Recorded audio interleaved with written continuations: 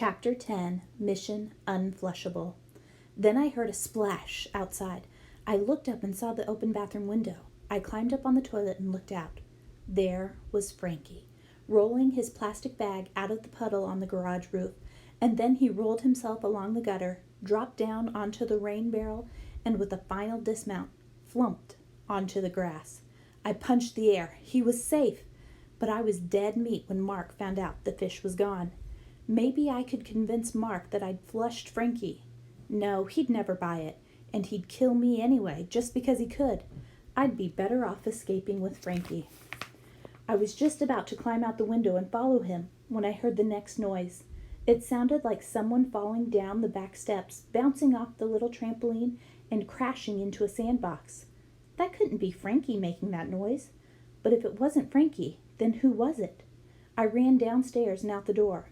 Mark was lying face down in the sandbox, groaning. The little trampoline had been put at the bottom of the steps, which were smeared with white chocolate. My first thought was, I'm really good at guessing stuff just from sounds. My second thought was, white chocolate. It's gotta be Sammy. Again! I heard the giggling voice from behind me. Sammy was carrying a bowl of chocolate and licking her fingers. She started bouncing on the trampoline. You were funny, she said to Mark. Again, please, again. Mark just groaned. Pradeep came running across the garden toward us. He stopped when he saw Sammy. Sammy, you're supposed to be inside with Mom.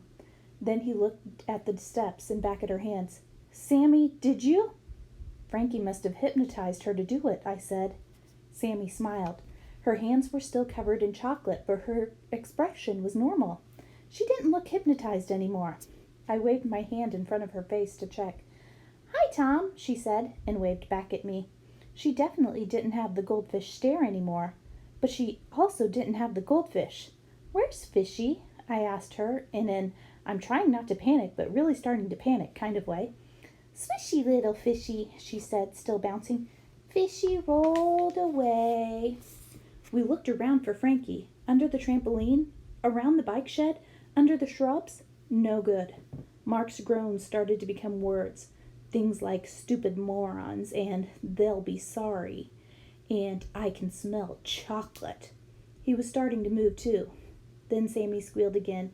Swishy little fishy! And pointed to the top of the jungle gym slide. There was Frankie. He was rolling his plastic bag onto Mark's skateboard. The skateboard was pointed down the slide, straight at the sandbox, and straight at Mark's head. Chapter 11, Revenge of the Zombie Goldfish. Frankie's eyes were bright glow-in-the-dark green, and his tail was swishing hard back and forth in the water. The goldfish was set on revenge. I looked at Mark lying at the bottom of the slide. My fists clenched at the thought of him trying to hurt Frankie, but could I really stand by and let Frankie hurt him? Your goldfish is trying to kill your brother, Pradeep shouted. Not if I can help it, I said, and then I did the second most dangerous thing I've ever done in my life. I tried to stop Frankie. Frankie swished his tail hard, and the skateboard started to roll down the slide, picking up speed as it went. Fishy! Whee! Sammy yelled. I raced to the bottom of the slide and threw myself between Mark and the skateboard. I could see Frankie's eyes as he rode the skateboard down toward me. They changed to a soft green, and he swished his tail back and forth wildly. He wanted me to get out of the way. I shook my head and held my ground. I closed my eyes, waiting for the skateboard to hit me. Concussion number 2, here I come. Then I heard the skateboard jump off the side of the slide. I looked up to see it flip midair, like when the boarders at the park do half pipes and twists. Except this was a goldfish in a plastic bag, not a skateboarding kid. And the thing about goldfish in bags is that when the board goes upside down, they have no way to hang on. The skateboard flew over me and Mark, and then Frankie started to fall. He must have been 10 feet in the air. I rolled over onto my back and held out my hands to catch him. The bag hit my hands, but I couldn't hold it. It splatted on my chest, and the bag burst open. Water sprayed everywhere, and Frankie was left flip-flopping around on my t-shirt. No! I shouted, Frankie! I jumped up, cupping him in my hands. I've got you, Frankie, I said as I turned to Pradeep. Get some water, quick! Frankie's goldfish mouth was opening and closing as if he were gasping for breath. His eyes were still the soft green color. He flicked his tail and wriggled, and then he stopped moving completely.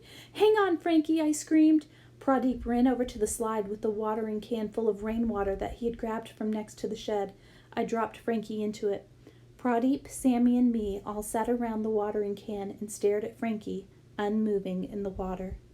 "You turned the skateboard on purpose, didn't you? You didn't want to hurt me," I said.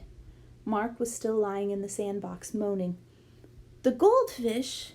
My skateboard? Why am I wet?"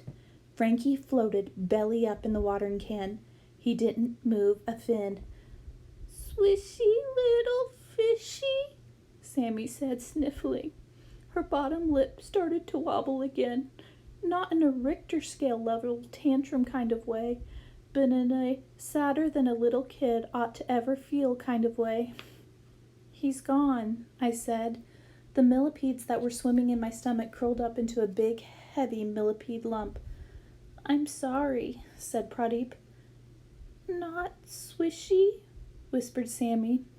A tear rolled down her cheek and dripped off her snotty nose into the watering can. And that's when it happened.